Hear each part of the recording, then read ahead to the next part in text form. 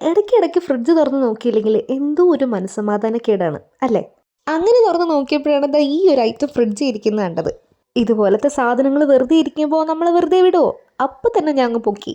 പണ്ട് എപ്പോഴും പിൻട്രസ്റ്റിൽ പിൻ ചെയ്തിട്ടിരുന്ന ഒരു അടിപൊളി ക്രാഫ്റ്റ് ഉണ്ട്. എന്നാൽ അത് തന്നെ ഉണ്ടാക്കാമെന്ന് വിചാരിച്ചു. ഫസ്റ്റ് സ്റ്റെപ്പ് എല്ലാവർക്കും എന്താണെന്ന് മനസ്സിലായിട്ടുണ്ടാവുമല്ലോ. ആ മുട്ടയുടെ കാർട്ടൺ അത് നിങ്ങളുടെ അടുത്തിട്ട് വരിക. എന്നിട്ട് അത് ഇതുപോലെ പച്ച കളർ അടിച്ച് ഒന്ന് സെറ്റാക്കി എടുക്കണം. മൊത്തം അടിക്കാൻ ശ്രമിക്കണം. പിന്നെ കുറച്ച് ഐസ്ക്രീം സ്റ്റിക്ക് എടുത്തിട്ട് അതിൻ്റെ മേലും ഇതേ പച്ച തന്നെ അടിക്കുക. എല്ലാം ഒരു പച്ചമയമാണ് എന്ന് നിങ്ങൾ കരുതുന്നുണ്ടായിരിക്കും. പക്ഷേ അല്ല.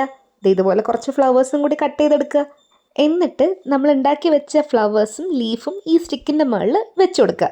ഇടയ്ക്കിടയ്ക്ക് ഫ്രിഡ്ജ് തുറക്കുന്ന ശീലം, അതെ, വിശന്നപ്പോൾ ഞാൻ വീണ്ടും പോയി തുറന്നു നോക്കി. അപ്പോൾ ദാ ഇരിക്കുന്ന ഒരു അത്ഭുതം. ഇടയ്ക്ക് മുറക്കൊക്കെ തുറന്നു നോക്കുമ്പോൾ എന്തെങ്കിലും ഒന്നും കിട്ടാതിരിക്കില്ലല്ലോ.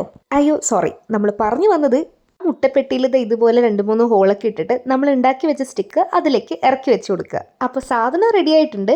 ഇഷ്ടമായാലും ലൈക്കും സബ്സ്ക്രൈബും ഒന്നും മറക്കണ്ട.